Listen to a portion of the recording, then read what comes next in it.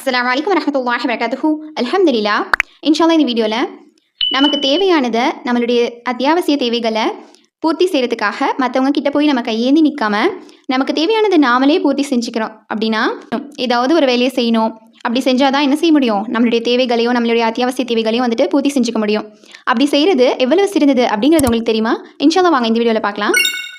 நபி ஸல்லல்லாஹு அலைஹி வஸல்லம் அவங்க சொல்கிறாங்க, உங்களில் ஒருத்தர் ஒரு கயிறு இருக்கு இல்லையா, அதை எடுத்துகிட்டு ஒரு மலைக்காவது போய் அங்கேருந்து ஒரு விறகு கட்டை சுமந்துட்டு வந்து வித்தாவது என்ன செய்யுங்க, உங்களோட தேவைகளை பூர்த்தி செஞ்சுக்கங்க. அது எதை விட சிறந்ததுன்னு சொல்கிறாங்கன்னா, மற்றவங்க கிட்ட யாசகம் கேட்டு வாங்கிக்கிறத விட வந்துட்டு சிறந்தது அப்படின்னு நபி ஸல்லல்லாஹு அலைஹி வஸல்லம் அவங்களே சொல்லியிருக்காங்க. அல்லாஹ் குர்ஆனில் என்ன சொல்கிறான்னா, தொழுகை நிறைவேற்றப்பட்டால் பூமியில் பரவி செல்லுங்கள், அல்லாஹ்வின் அருளை ரிஸ்கை தேடுங்கள் அப்படின்னு குர்ஆனில் சொல்கிறான்.